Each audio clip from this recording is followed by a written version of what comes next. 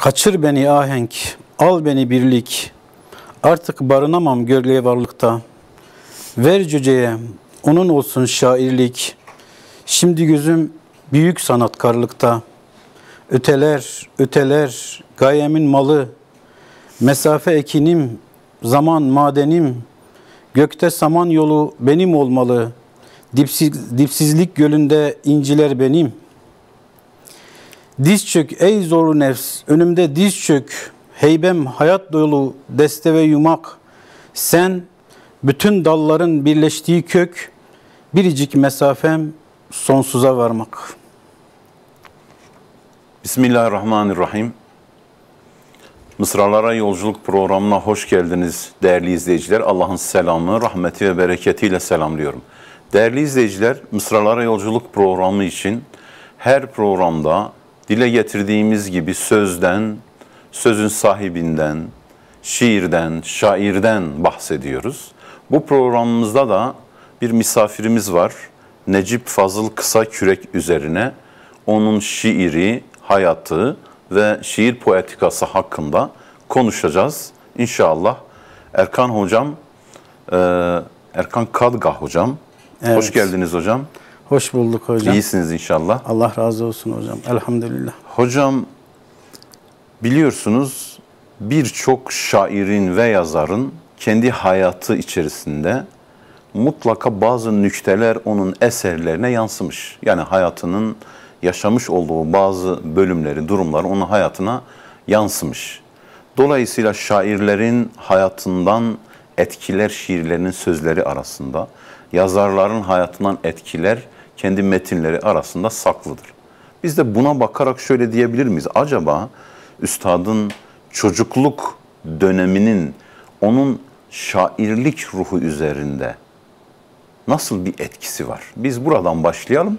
Böylelikle bundan sonrası için de diğer sorularımızı kendiliğinden oluşturabiliriz inşallah. Buyurun hocam. Evet, çok güzel bir giriş oldu. Gerçekten bir eğitimci olarak da bunun önemini en iyi öğrenenlerden bir tanesi diyelim şey olarak. Çünkü insanın sonraki hayatı üzerinde en büyük etkinin o kritik dönem dediğimiz 0-6-0-7 yaş dönemi dediğimiz şeyde çocukluğu döneminde yaşadıklarıyla ilintili olduğu, hatta bunun hayatının çoğunu kapsadığı yönünde ve bilimsel sayılabilecek araştırmalar ve kuramlar da var. Üstad da aynen böyle bu şekilde çocukluğu biraz acı içinde ve gerçekten de böyle derin şeyler içinde geçiyor. Bir şairin çok sevdiğim bir şiiri vardı. Gökyüzü gibi bir şey çocukluk. Hiçbir yere gitmiyor diyor. Gerçekten de bizim hayatımızın içinde çocukluk hiçbir yere gitmiyor. Gökyüzü gibi hep bizimle beraber kalıyor. Üstadın da öyle çocukluğu. Galiba atlas bir iklim gibi masmavi, temiz, saf. Çok güzel, evet. Aynen o şekilde. Ama hayatımızın her yerinde bizimle beraber. Hani gökyüzü her yerde ya, her zaman. O çocukluk anlarında yaşadığımız şeyler hayatımızın her yerinde bizimle beraber oluyor. Üstad da çocukluğu biliyorsunuz 1904 yılında doğuyor. Tam da böyle ülkenin en fazla böyle bu çalkantıların olduğu bir dönemde hukukçu bir ailenin çocuğu olarak doğuyor. Ya bir Osmanlı beyefendisi. Aynen. Evet. Aynen. O çalkantıların şeylerin çoğunda da zaten çocukluk dönemini hastalıklar içinde geçiriyor. 12 yaşına kadar falan hastalıklarla boğuşuyor. Dedesi 4 yaşındayken ona okuma yazma öğretiyor. Büyük annesi de onu iyi bir okur haline dönüştürüyor. Bundan yani da ben acıdan kastınız da biraz da budur herhalde. Evet, o yalnızlık duygusu. Yani o çocukluk döneminde sanırım 5 yaşında bir kız kardeşini kaybediyor. Annesi verem oluyor. Bu esnada hastaneye kaldırılıyor annesi. Annesi hastanedeyken o da annesinin yanında veremli bir çocuk, kız çocuğu var orada. Annesi onun şiirlerini büyük bir iştahla okuyor o kız çocuğunun. Ve Necip Fazıl'a dönüp senin şair olmanı çok isterdim diyor. Ve Necip Fazıl o esnada şair olmaya karar verdiğini söylüyor. Yani annesi veremli, hastanede, kız kardeşini kaybetmiş ve annesinin o cümleleri bana hep şunu hatırlatıyor. Yani Bence annesi o kız çocuğunda kendi 5 yaşındaki çocuğunun geleceğini görüyor ve o esnada o içinde duyduğu acıyla oğluna dönüp senin şair olmanı çok isterdim diyor ve Necip Fazıl bunların hepsini hissediyor. Benliğine kadar hissediyor ve o gün şair olmaya karar verdim diyor. İşte o sözler geleceğini yazıyor. O sözler onun geleceğini yazıyor. O esnada yaşadığı o tablolar, çocukluk döneminde yaşadığı o tablolar onun geleceğine yön veriyor. Çocukluk döneminde yaşadığımız o derin çalkantıların acaba bizim üzerimde bir zararı var mı yok mu konusunda bir tereddüt yaşadığımı itiraf edeyim. Yani gerçekten acılar bizim birikimimiz oluyor biraz ve o birikim ileriki zamanlarda bizi çok daha güçlü hale dönüştürebiliyor. Güçlü bir karakter, güçlü bir insan haline dönüştürebiliyor. Özellikle çocukluk yaşında zamanında yaşadığımız o şeyler eğer bir travmaya dönüştürülmezse sonradan çok büyük bir birikim haline dönüşebiliyor. Buna da tecrübe diyoruz sanki. Biz buna tecrübe ediyoruz. Evet, aynen öyle. Şimdi hocam hayatının içinde bu bahsettiğiniz acılar hani ruhun gelişimi üzerinde etkide bulunuyor, benzeri durumlar oluyor. Peki hocam bu yaşantısının bu kritik dönemlerinde çekilen acıların yoğurduğu böyle bir ruh ve şairlik gibi zorlu bir tecrübe. Bu tecrübe arkadaş çevresi, kendi şairlik bilgisi, annesinin ona vasiyeti, yani bütün bunların varlığını düşündüğümüz zaman yani şair olmak için acaba bu tip şeyleri yaşamaya gerek var mı? Bunların bir insanı şair yapma gücü var mıdır acaba? Evet. Gerçekten çok güzel. Biraz önce aslında buna biraz değindim. Şair biraz da böyle arabesk ifadeyle acıların çocuğu mu olmak zorundadır yani? Evet.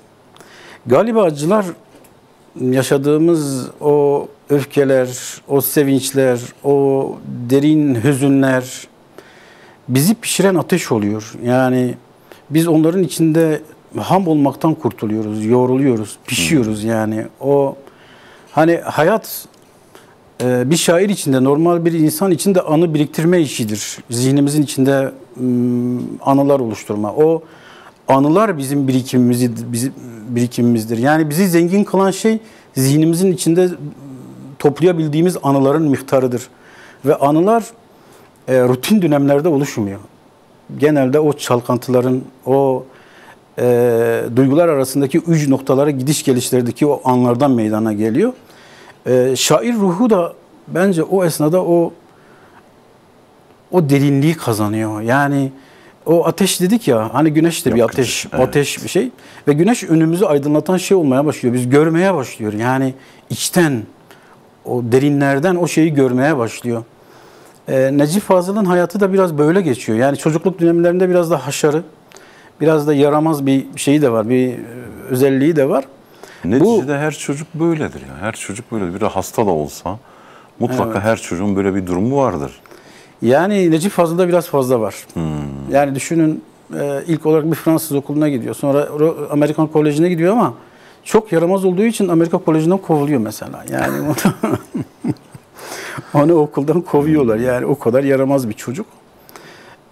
Sonraki yaşantılarında gençlik döneminde de bunu devam ettiriyor ve o hayatının zenginliği onun zihninin de zengin olmasına katkı sağlıyor. Yani sorunuz biraz daha uzun süre üzerinde konuşturmayı gerektirecek kadar geniş bir konu ama evet dediğiniz gibi gerçekten Necip Fazıl'ın yaşadığı o hayatının giriş noktasında yaşadığı şeyler onun şairinin üzerinde çok büyük bir etki bırakıyor. Ya hocam şöyle düşünüyorum şimdi bilemiyorum yani şairliğin okulu mu var acaba? İnsanlar o okula gittiği zaman bitirdikten sonra şair olunacak. Yok. Öyle bir şey yok. Şairliğin okulu yok. Şairlik biraz da vahiden bir parça gibidir. Yani ilhamın olduğu bir mevzu. Bahsettiğimiz şey bu. İlham geliyor sana. İlham da vahiden bir parçadır. Allah-u Teala poetikasını işlediğimiz zaman göreceğiz araya da vahiy ediyor Allah-u Teala, insana da vahiy ediyor ama hepsi biraz farklı bir vahiy şekli. Şair sözü yerinde ve doğru bir şekilde kullandığı zaman bu ilhamı anlamlı hale getiriyor. Yani insanlığın hizmetine verdiğinde. Değilse getirmiyor. İfsad edici oluyor, bozucu oluyor. Şimdi hayatı çileyle geçmiş bir insanın böyle bir kişilik ortaya koyması, böyle güzel şiirler, sözler, annesinin vasiyetini yerine getirmesi, bu güzel bir şey. Ama işte dedik bunun bir okulu yok. Demek ki yaşanılan süreç insanın üzerinde ne kadar baskı ve etki kurabilirse ruhuna da o derece yansıyor. Ama burada da biraz önce gençlikten bahsettiniz. Gençlik dönemine geliyor ya. Evet. Şimdi özüne yabancı bir gençlik, dönemi düşünerek söylüyorum. Evet. Dönemi düşünerek söylüyorum. Özüne yabancı bir gençlik var. Fakat arkasına baktığı zaman binlerce yıllık bir miras var arkasında. 1400 yıllık bir İslam medeniyeti var arkasında. Bu İslam medeniyeti şahsında o an itibariyle olmasa da müntesiplerinin etine kemiğine kadar işlemiş. Fakat böyle bazen aykırı sesler oluyor.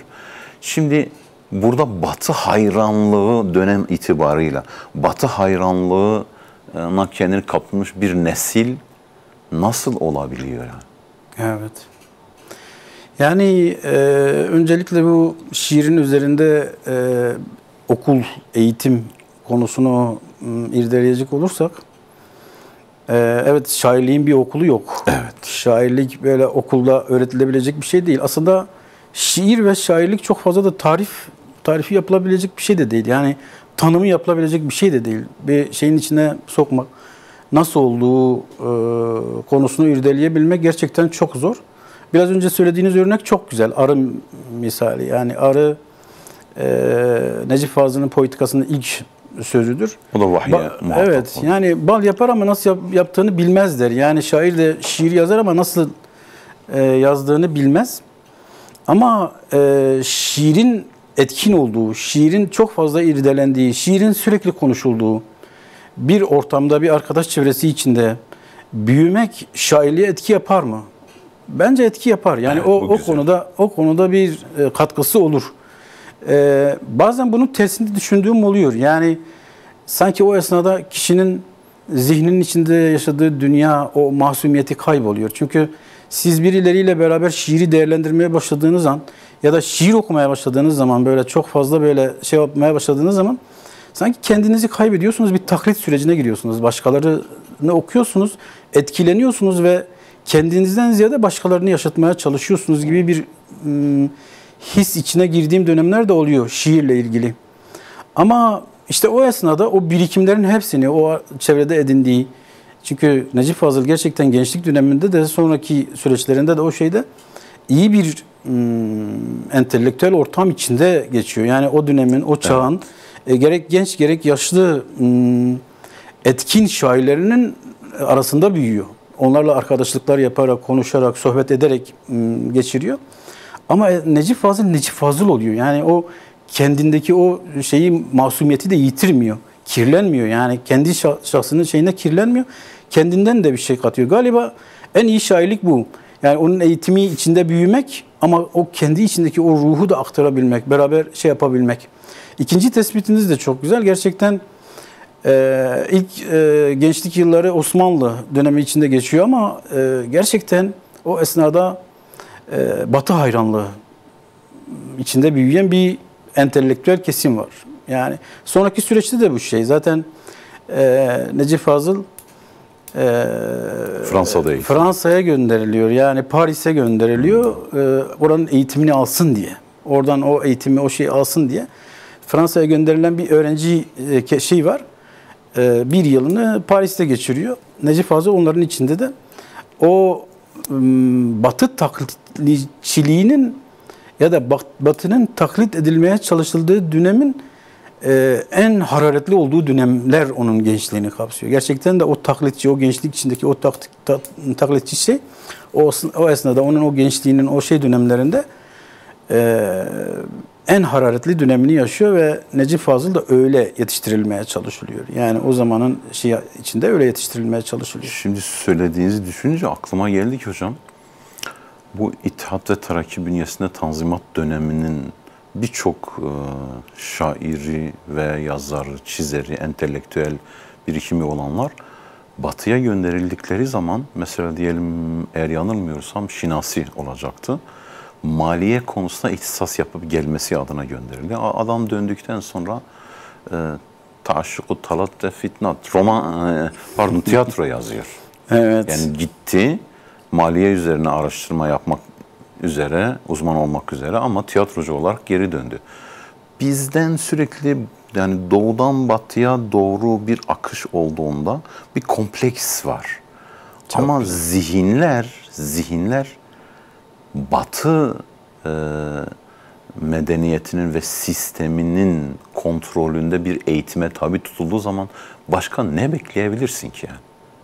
Zihin eğer doğunun aydınlanma mantalitesiyle olabilseydi, Evet. Batı'ya karşı ilmini alma, faydalı olanını alma, diğeri konusunda mesafeli durmayı gerektirebilirdi. Dönem böyle bir dönemdi. Tanzimat'ın etkilerinin sürdüğü olan dönem açısından söylüyorum.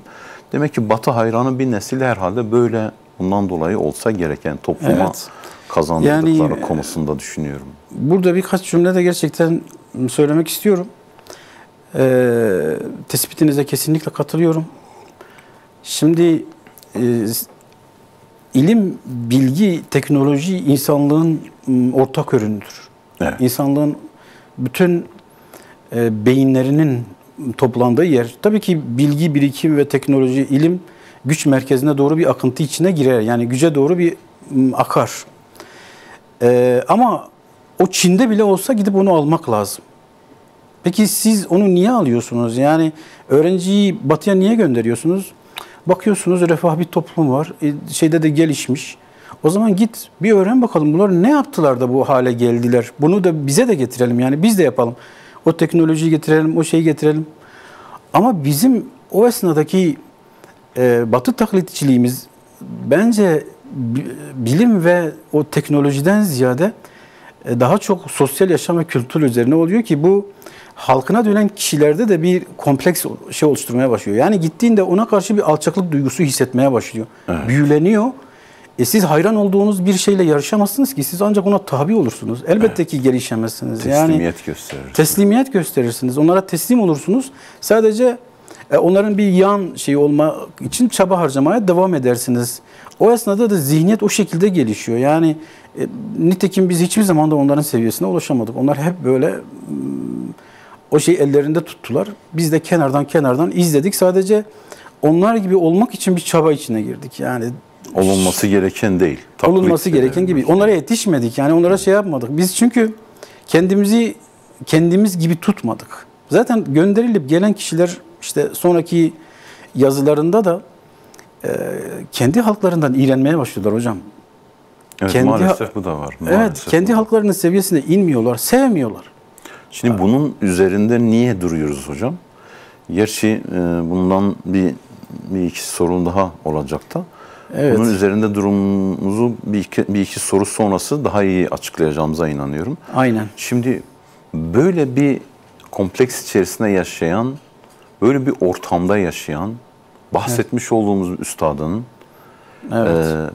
bir de Paris hayatı var. Paris dönemi. Daha doğrusu bohem yaşam geçirdiği bir durum var. Bu bohem yaşam tarzının sebebi ne olabilir? Ve bununla ilintili olarak bu Kaldırımlar adında bir şiiri var. Sonradan edebiyat dünyasında hep Kaldırımlar şairi diye söyleniyor. Bu da sanki bir şeyin üzerini örtmek, yani onun İslamcı kimliği üzerini örtmek anlamında cahiliye dönemindeki durumunu yapmak, yani cahiliye dönemindeki durumunu ön plana atmakla ilgilidir. Bu iki soruyu birleştirin. Bohem yaşam tarzının sebebi nedir? Kaldırımlar şairi midir, değil midir? Evet. Şimdi biz biraz önce Batı'ya gönderilen öğrencilerin o taklitçi ruhlarından bahsettik ya. Evet. O dönemlerde de Batı'da bir akım var. İşte o dönem yaşayan Çingenelerin hayatlarından esinlenmiş, işte özgür, nerede akşam orada sabah tarzı yaşayan bir akım gibi yayılmış, gençler arasında yayılmış bir şey var. Necip Fazıl da buna kapılıyor. Yani o Paris'te olduğu yıllar içinde. Cahiliye dönemindedir. Evet, henüz. tabii. Evet. İşte gece hayatı, kumar, içme falan şeyleri olduğu söyleniyor. Bunun en büyük sebeplerinden bir tanesi de Necip Fazıl gibi büyük bir ruha sahip birisinin o ruhundaki boşluğu dolduracak bir şey bulamayışı da olabilir. Gerçekten Evet, içinde çok büyük bir boşluk var ve o boşluğu dolduramıyor, dolduracak bir şey bulamıyor. Yani onun yerine harcayacak bir şeyler buluyor. Elindeki her şeyi harcıyor. Yani gittiği o hayat içinde. Hiçbir şeyi umursamıyor, önemsemiyor. Çünkü siz birinin ruhunun içinden Allah'ı alırsanız onun için orada büyük bir boşluk dışında bir şey kalmaz. Hiçbir şeyin de anlamı kalmaz. Karanlık bir boşluk. Çok koyu karanlık bir boşluk. Necip Fazıl da öyle. Yani o dönem hatta Sorbonne Üniversitesi'nde okuyor. Tek bir gün bile derse gitmediği söyleniyor. Yani böyle gidip yaşıyor kendine, böyle bir şey yapıyor. Bu fark edilince son maaşı kendisine verilip ülkeye dönmesi isteniyor. Son maaşını da o gece harcıyor. Ve dönerken çünkü artık yürüyerek dönmek zorunda kalıyor kendi evine. O esnada kaldırımlardan geçiyor ve Kaldırımlar şiirini o esnada zihninin içinde yazdığı söyleniyor. Yani 22 yaşlar, yanlış değilsem 22 yaş civarında yazdığı söyleniyor ve gerçekten insanı ya da şiir yazmaya çalışan birisini kıskandıracak kadar güzel bir şekilde yazıyor. Sonradan da o Kaldırımlar şairi diye kalmaya devam ediyor. Lakabı oluyor. Kaldırımlar etkisi şairi. o kadar çok oluyor. Çok fazla oluyor. Tabii büyük bir boşluk var. Büyük bir ruh var. O boşluğu çok iyi ifade ediyor. Gerçekten çok iyi ifade ediyor. Ama sonradan ismi Kaldırımlar şairi diye kalmaya devam ediyor. Ben bu konuda da size katılıyorum. Gerçekten onu yaşantısını değiştirmeden önceki son zirve halinde bırakmak için bir çabalayan bir zihniyetin ürünü olabilir o ismi orada bırakmaya çalışma. Çünkü sonraki süreçlerde Necip Fazıl hayatının bir kısmını artık reddediyor. O dönem yazdığı bir kısım şiirlerini de kabul etmiyor. Yani istemiyor. Ama bir şekilde Kaldırımlar şairi derken onu orada bırakmış oluyoruz. O zaman dilimi içinde bırakmış oluyoruz. Çünkü kavramlar ve isimler onları o içinde yaşadıkları zaman dilimi içinde dondurabiliyorlar. Birileri de onu o dönemin içinde dondurmak istiyor olabilir. Çünkü sonradan yazdığı çok daha büyük, çok daha güzel şiirler var işte. Giriş yaparken yaptığımız Çile. Olabilir yani ki, Zindandan Mehmet'e Mektup. Üstünü örtmeye çalışıp yani Abdülhakim Arvasi ile tanıştıktan sonraki durumda o boşluğu doldurduktan sonra ortaya çıkan doygun şiirlerin üstünü örtüp tabiri caizse cahiliye dönemindeki şiirleriyle tanımak isteyen zihniyet olabilir. Bu şekilde bir kişilik ön plana koymak isteyebilirler. Evet. Ve bazı zihinlerde de o şekilde kalmaya devam ediyor. O zaman şöyle söyleyebilir miyiz hocam? Şimdi bu böyle bir bohem yaşam var, bir boşluk var. Evet. Bu boşluk neyle doluyor hocam? İnsan bunu neyle dolduruyor? Neyle doldurdu ki böyle bir sükunete erdi? Evet. Yani bir insanın alışkanlıktan vazgeçmesi çok zor. Çok hayatında büyük bir değişiklik yapması, büyük bir istikrar ve karar ortaya koyması gerek. Onu buna sevk eden ne oldu? Evet. Yani açıklanması zor bir süreç içine girdiği kesin. Gerçekten hayret verici bir şekilde Necip Fazıl bir şey buluyor.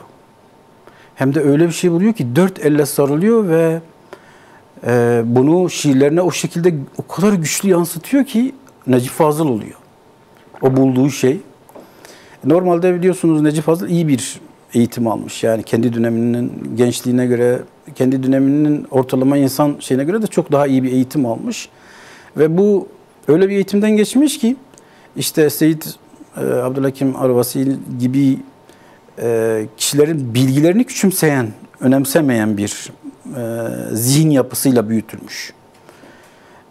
İşte bir gün camide sohbet eden Seyyid'i görüyor ve çok etkileniyor. Yani öyle ki ona tabi oluyor ve ondan sonra da artık ona yönelik şiirler yazmaya başlıyor. Üstadım, bu kadar büyük bir boşluğu ne doldurabilir? Yani o kalbi, o şeyi, boşluğu ne doldurabilir? Ra'd suresinin 28. ayeti aklıma geldi de onun için bu soruyu sordum. Yani benim de aklıma o geldi yani. Bu kadar bir boşluğu. Bu kadar bir boşluğu ancak Allah doldurabilirdi. Necip Fazıl da orada Allah'ı buldu. Yani Allah-u Teala insanı acziyet ve sahip olduğu güç konusunda böyle kainat kadar uzun bir mesafe içinde 2-3 noktada yaratmış. O kadar aciziz ki yani birkaç dakika nefesini tutun ölüyor. Toprak oluyor, gidiyor. O kadar aciz, o kadar şey.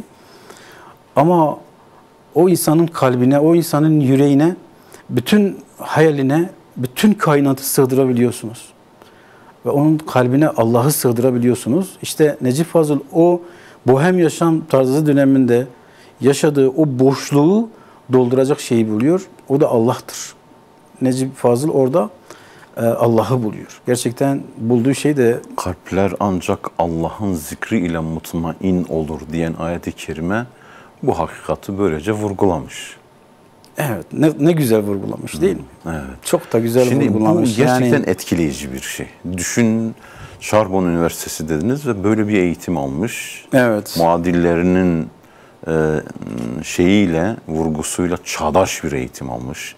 Batı medeniyetinin kültürüyle yetişmiş ama içindeki boşluğu dolduramamış olan bu şahıs, akıllı temsil eden bu şahıs, bir de irfanı temsil eden Abdülhakim Arvasi gibi bir şahsiyet karşısında şapka çıkartıyor. Yani akıl her zaman irfanın bir adım gerisinde. Öyle yol alır. İrfan okulu, mektebi olan bir kavram değildir. İrfan bilgeliktir. İrfan bilginin ötesinde bilginin yoğrulmuş halidir. Dolayısıyla akıl ona teslimiyet gösterir. Ben ondan dolayı Abdülhakim Arvasi karşısında, bu Nakşibendi şeyhi olan Seyyid Abdülhakim Arvasi karşısında durduğuna inanıyorum. Buna ihtiyacı var diye düşünüyorum. Evet. Nakşibendi tarikatının Muhammed Bahauddin Nakşibendi adındaki önderi ta yüzyıllar öncesinde yaşamış olan bu Allah'ın güzel bir kulu, onun bir beytini sürekli söylerim ben. Birçok yerde de görmüşüm. Tasavvuf irfandır, tasavvuf kalptir, gönüldür. Dünyadan, masivadan ayrılmadır. Dolayısıyla şöyle bir beyti var. Der tariki Nakşibendi lazım Ahmed, çehar terki dünya, terki ukba, terki hesti, terki terk. Yani tarikat yolunda, bizim bu yolumuzda terk edilmesi gereken 4 şey vardır. Terki dünya, terki ukba, dünyanın terki ukba ahirettir. Ahiretin terki yani amellerinin ahiret için olmaması, cennet talebi ve cehennem korkusuyla olmaması, terki hesti, enaniyet, benliğin terki. Hani dediniz ya şairler biraz gururludur. Dolayısıyla terk edilmesi gereken her şey. Hani bana onu anlattıkları zaman düşünüyorum da bu 4 unsur akla lazım. Evet. Akla lazım. Akıl biraz dünyayla fazla hemhal olunca bu 4 unsuru öteliyor ve bu 4 unsur onu törpülüyor. Aslında, hocam aynen buraya geliyorum. Sözünüzü kestim, kusura bakmayın. Şimdi günümüzde madem akıldan bahsettik diyorum ya, günümüzde de böyle yani akıllı ol, akıllıca hareket et gibi diyenler var. Evet. Yani aklı yol haritası yapanlar var. Düşman kadar olabilecek ve ondan daha fazla bir güce sahip olabilmek adına söylüyorum. Yani bu akıl konusunda Necip Fazıl'ın akla bakış açısı veya akıllı olmak, akıl mefhumu kendisi için nasıl ifade ediliyor? Bir de kendisinin şeyinden, hayatında bir görmek isteriz. Evet. Yani Necip Fazıl şeyhiyle tanıştıktan sonra bunu irdelemeye başlıyor zaten. Tiyatro eserlerine yöneliyor. Kendisine yüklenmek istenen ya da batıya gidip getirmesi gereken bilginin ya da aklın bizim toplumumuz için aslında ihtiyaç duyulan şey olmadığı üzerinde tiyatro eserleri yazmaya başlıyor. O şey döneminde. İlk yazdığı tiyatro eseri de zaten tohum konusunda bu konuyu irdeliyor. Yani kelime olarak bile ilginç hocam. Tohum, evet. Evet. Ben de üstüne düşündüm. Gerçekten zaten tiyatro eserinin içinde bu tohum ismini kullanış şeyini anlatıyor ama gerçekten çok güzel seçmiş. Yani zaten şair ruhu budur. Sonraki süreçlerde eğer biz onun politikasına değinmeye fırsatı bulursak değindiği konulardan bir tanesi de budur. Yani bilim tebliğ eder diyor ama şair dikte eder. Yani biri kalemle yazmak gibi, biri de çiviyle kazımak gibi bir şey. Yani şair o kelimeyi öyle buluyor ki sizin kalbinizin üstünde çiviyle onu kazıyor. Gerçekten biraz önce söylediniz ya, kelime olarak da gerçekten çok güçlü bir kelime. Ve çok güçlü bir eser de yazıyor. O zamanın entelektüel kesimi arasında da büyük bir heyecan yaratıyor yazdığı bu Tohum tiyatrosu. Muhsin Ertuğrul tarafından da oynanıyor. Ama halk arasında o zamanın tiyatroya duyulan ilgi ve bazı şeyler nedeniyle çok ilgi görmüyor. Yani o yazdığı tiyatro eseri. Halk buna hazır değil. Buna hazır değil. Ama orada Maraş Savaşı üzerinden şey yapıyor ve Batı ile olan o mücadeleyi o kelimelerin üzerine içine o kadar güzel yediriyor ki, yani insanlara diyor ki siz bu savaşı akılla mı kazandınız? Yani siz bu devletlerle, bu şeylerle yürüttüğünüz bu Kurtuluş Savaşı, işte dediğiniz o dönemlerde yürüttüğünüz o mücadeleyi akıllıca, aklınızı kullanarak mı, şeyle mi, yoksa başka bir şeyle mi kazandınız? Bunu bir düşünün. Yani siz ona tapıyorsunuz ama aslında biraz önce bahsettiğiniz o irfan, o içinizde taşıdığınız o güç çok daha büyük bir güç. Akıllı bu kadar büyütmeyin. Hani biraz da böyle ironiyle beraber akıllı ol dediniz ya böyle. İşte bunu irdeliyor. Şair bunu çok güzel bir şekilde irdeliyor o Tohum kitabında. Aslında biraz da farklı bir yaklaşım olmuş gibi geldi bana. Şöyle düşünüyorum da şimdi şair ne yapabilir bu konuda intisap ettikten sonra? Evet. Şiirlerinde duygularını farklı bir şekilde yazabilir ama üstad şiir değil, tiyatro eseri ortaya koymuş. Evet. Bu çok farklı bir yaklaşım. Kendi alanının dışında bir şey ortaya koyabilmek. Demek ki tiyatro o zamanki acaba entelektüel kesim içerisinde revaçta olan Muhsin Ertuğrul gibi bu ülkenin tiyatrosu konusunda böyle söz sahibi olup her ne kadar böyle diyorsak da saptırıcı bir rol oynamasında da payı olan bir kişilik olması açısından söylüyorum. Yine alıp sanat adına ortaya konulmaya çalışılmış, canlandırılmaya çalışılmış. Ben bu konuda sizin kadar iyimser düşünmüyorum. Yani Muhsin Ertuğrul kendisinden istiyor. Yani bir tiyatro yazar mısınız diyor o şey esnasında. 6 gün mü 7 gün mü içinde Tohum eserini yazıyor. Bu da çok güçlü bir şeyin zihnin içinde var olduğunu zaten gösteriyor. Acelesi var hocam, acelesi var. Acelesi var. Kaybettiği, eskiye nazaran cahiliye dönemine iman ettiği, intisap ettiği sürece kadar geçirdiği zamanı telafi etmesi lazım hocam. Yani söylenene göre Necip Fazıl, Muhsin Ertuğrul'un üzerine yüklenen bazı kesimlerin aslında zannedildiği gibi olmadığını düşünüyor. Yani o güzeli bulduğu zaman ona sarılır diye düşünüyor Muhsin Ertuğrul için. Ama sonraki süreçte çok daha güçlü yazdığı bir tiyatrosu var. Bir Adam Yaratmak diye. O çok yani daha o şey farklı. çok daha farklı. O eserin tiyatroya aktarılışı esnasında aslında eserin yazılış amacını gösteren, ana temasını gösteren noktalar o bahsettiğiniz kesim tarafından makaslanıyor. Genelde oynatılırken kabul makaslanıyor. görmüyor. Evet. O boşluk anını tasvir ettiği dönemler, o şeyler daha ön plana çıkarılıyor. Tiyatroyu maalesef bu şekilde kullanan bir kesim var. Ama söylediğiniz gibi yani tiyatroda da çok güçlü bir kalemi olduğunu ispatlıyor. Yani gönül isterdi ki böyle programımızın süresi çok uzun olsun, şey olsun, biz bunlardan pasajlar okuyalım, bu tiyatrolardan, bu şiirlerden.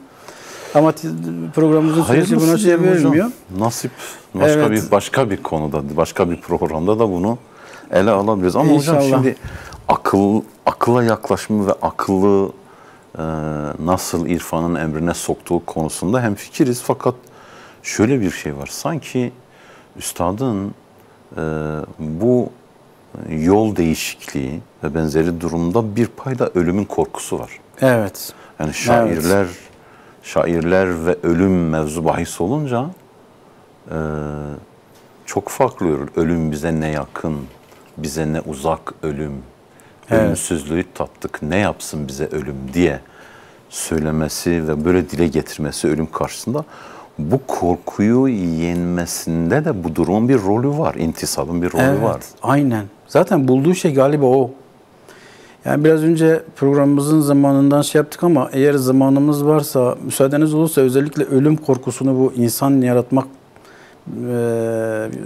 tiyatrosundan bir pasaj okumak istiyorum. Tabii, zamanımız varsa. Yok. Zamanımız var. Daha şu an programımız devam ediyor hocam. Rahat olun hocam. O zaman okuyayım o pasajı. Buyurun. 3. perdenin 4. sahnesi. Bu bir insan yaratmak. Evet. Evet. Allah'ım, ben yok olamam. Her şey olurum, yok olamam. Parça parça doğranabilirim. Nokta nokta lekelere dönebilirim. Tütün gibi kurutulabilir, ince ince kıyılır, bir çubuğa doldurulur, içilir, havaya savrulabilirim. Fakat yok olamam. Madem ki bu kadar korkuyorum, yok olamam. Eczane camekanlarında ispirto dolu bir kavanoz içinde düşürülmüş bir çocuk ölüsü gibi yumruk kadar bir et parçasına inebilir, bir şişeye hapsedilebilirim. Fakat şişenin camından yeni dışarıyı seyrederim. Razı değilim Allah'ım, yok olmaya, kalmamaya, gelmemiş olmaya, mevcut olmamaya razı değilim. Bu dünyada bırakamayacağım hiçbir şey yok. Ne deniz, ne ağaç, ne şehir, ne ev, ne kadın, ne de ben. Bu kalıbım, bu zarfım, bu kafesimle ben. Onların hepsini bırakabilirim. Fakat şuurumu, bilmek, duymak, var olmak şuurumu bırakamam. Razıyım bir toz parçası olayım. İnsanlar üzerime basarak geçsin, canım acısın, duyayım. Canımın acıdığını duyayım. Razıyım bir kertenkele olayım. Kızgın yaz günlerinde bir bahçe duvarına tırmanayım. Tırnaklarımı tuğlalara geçireyim. Yeşil ve ıslak sırtımı güneşe vereyim. Fakat güneşle sırtım arasındaki öpüşmeyi duyayım. Tuğlaların incecik zerrelerini sayayım.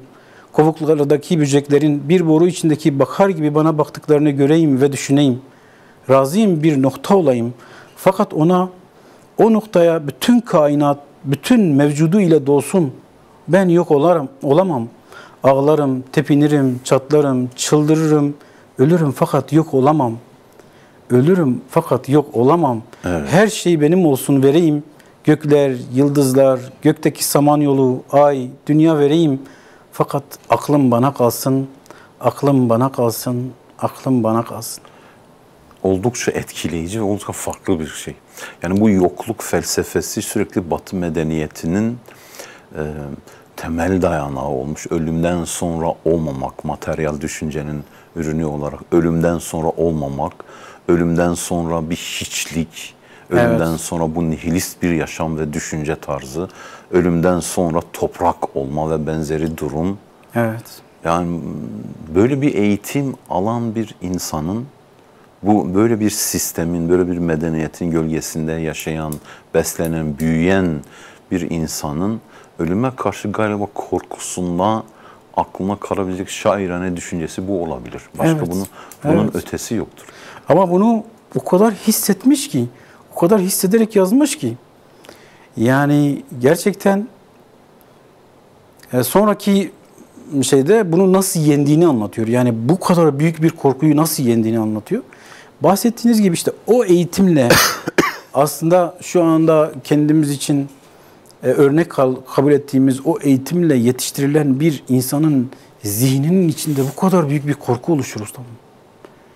Biz insanlarımızı niye bu kadar büyük bir korku içinde yetiştirmek için bu kadar çaba harcıyoruz ki?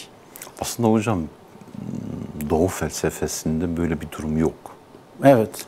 Yani bu Batı felsefesinde vardır. İslam ölümü yeni bir dünyaya açılan kapı olarak, yani giriş kapısı olarak görüyor. Yani asıl hayata giriş kapısı olarak görüyor. Ölürüm ama yok olamam. Evet ve bunu vurguluyor. Ama Batı felsefesi, materyal felsefe böyle bir şeyi insana dayatıyor. Ve sürekli yaşanılan zihni yenilikler, hiçlikler, düzlemler, benzeri boyutlar farklı bir ruh halini kazandırtmaya çalışıyor. O ruh da sürekli ezik, sürekli sönük, sürekli böyle bitik bir ruh hali ortaya çıkıyor. Ama İslam doğurgan bir ruh halidir. İslam direnen bir ruh halidir. İslam yeniden başlama ruh halidir. Evet. Bence Abdülhakim Arvasiye intisabındaki ruhi değişimin bir boyutu da bu. Şimdi burada asıl önemli olan, biz şairimizin hayatını, çocukluğunun üzerine yansımasını, etkisini, Avrupa'daki bohem yaşantısının üzerine etkisini, akıl ve irfanı çatıştırmasını, teslimiyetini gördük. Evet. Ama asıl bir de şu var. Her şairin hemen bir şiir anlayışı var. Evet. Biz buna şiirin poetikası diyoruz. Evet. Şimdi şiirin poetikası üstadda farklı bir şekilde tecelli ediyor. O özellikle 1943'te galiba bu poetikasını yayınladı ve entel çevre içerisinde, şair çevresi içerisinde oldukça böyle beğenilen, oldukça saygı görülen bir poetika oldu. Evet. Mesela Ahmet Haşim de aynı bir poetika yayınlıyor ama bunun kadar yani aktif ve diri bir poetika değil. Ahmet Haşim için çok karamsar, çok böyle sürekli ümitsiz şiirleri de var ya, hani kaldırımlar değil de merdivenler şiirinin bir sönük bir ruh halinin yansıması olarak ortaya çıkıyor ve ona göre bir poetika üretiyor. Ama Necip Fazıl öyle değil hocam. Ben anladığım kadarıyla, okuduğumuz kadarıyla Necip Fazıl'ın poetikası bir diriliş poetikası gibi oluyor. Evet. Gerçekten bir diriliş poetikası. Ben bunun üzerine soruyorum. Biz bu poetika hakkında ne diyebiliriz, Necip Fazıl'ın poetikası hakkında? Bize bundan biraz bahsetseniz. Yazarlar ve şairler şiir hakkındaki şairler hakkındaki düşüncelerini bazen yazdıkları yazılarla falan belli ettirirler. Biz bunları genel olarak röportajlarından, yazılarından çıkarabiliyoruz. Ama derli toplu poetika yazan şair sayısı çok azdır. Kendi şiiri hakkında dönüp de şiirine ya da şairliğe bakıp da bunun üzerine yorum yapan ya da içine dönüp de kendi şairliği ve şiiri üzerine yorum yapan ya da poetika yazan şair sayısı çok azdır. Özellikle bu arı bal yapar ama ballı izah edemez. Evet, bu onun poetikasının ilk şeyi. Ama şunu söyleyeyim, bizde Garip akımı Orhan Veli bir poetika yazmıştır. Bir de bahsettiğiniz Haşim yazmıştır. Yalnız onların poetikaları biraz tepki poetikaları. Orhan Okay öyle söyler. Kendi şiirlerine yöneltilen eleştirilere cevap vermişlerdir. Evet. O şekilde şiir hakkındaki düşüncelerini dile getirmiştir. Ama Necip Fazıl onlardan farklı olarak bir tepkiye yönelik bir poetika yazmamıştır. Oturmuştur ve ben şiir hakkında ne düşünüyorum diye içine yönelerek bu poetikayı yazmıştır. İşte arı bal yapar ama balı izah edemez şeyiyle şairi şey yapıyor. Aslında 7 dakikamız falan var hocam. Ona göre poetikası üzerine konuşabiliriz. Evet. Aslında poetikası başlı başına üzerinde konuşulması gereken çok uzun bir konu. Evet. Arıda idrak etme ve izah etme yeteneği yoktur. Yani arının kendisinde. Evet. Fıtratı itibariyle. Evet. Arı kendisine verilen bir ilhamla bal yapar. Yani bunu bu şeyle yapar. Tıpkı şair gibi. İşte şiirde şair nasıl yazdığını bilemez ama şiir yazar işte diyor. Yani bize o şekilde anlatıyor. İkisine de ilham geliyor. Evet. İlham konusuna biraz daha farklı şey yapıyor ama birikimi de içine katıyor ama bence bu cümlenin anlamı budur. Yani arı bal yapar ama balı izah edemezin anlamı budur. Yani sadece Şair, yapar yani. Şiir yazar ama şiirin mefhumu ve benzeri konusunu izah edemez ama poetik aslında biraz izahata gitmiş hocam. Evet. Mesela demiş ki sanatı üzerine düşünmeyen şair kuyruğuna basılınca inleyen hayvancıktan farksızdır. Evet. Yani bir tür o hayvancığın tepkisi fıtratının tepkisidir. Ama eğer gerçekten üzerinde düşünmüşse o tepki o şekilde vermez. Öyle mi hocam? Bu söz çerçevesinde ne diyebiliriz diyorum. Evet, şimdi en azından bizim idrak edebildiğimiz kadarıyla var olduğunun farkında olan tek canlı insan. Yani insan şuurlu, bilinçli, varlığının farkında, ne yaptığının farkında, yaptıklarını da değerlendirebilme kabiliyetine sahip bir canlı olarak gözüküyor. Güzel. Yani herhalde eşrefi mahlukat olmasının şeyi de buradan geliyor. Yani kendi varlığının farkında. Üstad bunu şiire de yönlendiriyor. Yani öylesine sanat yapıp da sonra yaptığı o sanat üzerine düşünmeyen, dönüp bakmayan, onun üzerine belirli bir program oluşturup da buna göre hareket etmeyenin yaptığı sanatı bir ses çıkarma eylemi olarak, yani normal bir canlının şeyin çıkardığı bir ses çıkarma eylemi olarak algılıyor ve bu sözü Fransız bir şairden, Fransız bir düşünürden aldığını söylüyor. O zaman biraz daha pekiştirelim söylediğinizi. Şimdi evet. Üstada göre şiir mutlak hakikati arama işidir. Evet. Bu güzel bir cümle. Mutlak hakikat. Evet. Peki mutlak hakikat nedir? Evet. İşte Necip Fazıl budur. Şiir, yaptığı bütün sanat, yaptığı her şey, yürüyüşü, kalkışı, uykusu, her şeyi mutlak hakikati arama işidir. Bir insanın yapabileceği, bütün eylemlerinde yapabileceği şey budur. İnsan mutlak hakikati arar ve zaten Necip Fazıl bu mutlak hakikatin ne olduğunu poetikasında hiç böyle şuna buna şeye gitmeden direkt söylemiştir. Mutlak hakikat Allah'tır der. O arayış, insandaki o arayış duygusu, biliyorsunuz felsefenin de, şairlerimizin de üzerinde çok fazla kafa yordukları bir mesele. İnsan Allah'ı arar. Yani bütün bu hayatı boyunca gökyüzüne bakarken, geceleri düşünürken, böyle içinde duyduğu hüzün, o hasret, o şeyle insan mutlak hakikati, yani Allah'ı arar. Necip Fazıl da diyor ki, ben diyor o boşluğu o şeyle Allah'la doldurdum ve yaptığım tek şey Allah'ı aramakmış diyor. Demek ki mutlak hakikat Allah'tır diyor yani. Sanki böyle bir şey var. Anladım işi. Evet. Sanat Allah'ı aramakmış. Marifet bu. Gerisi yalnız çelik çomakmış.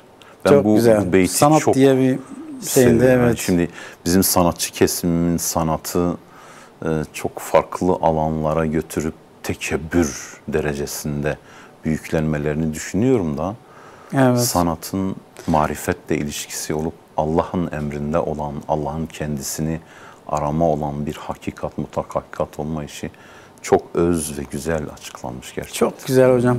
Şimdi buna sanat ismini vermesi de, bu söylediğiniz beyte sanat ismi vermesi de benim çok hoşuma giden bir özellik.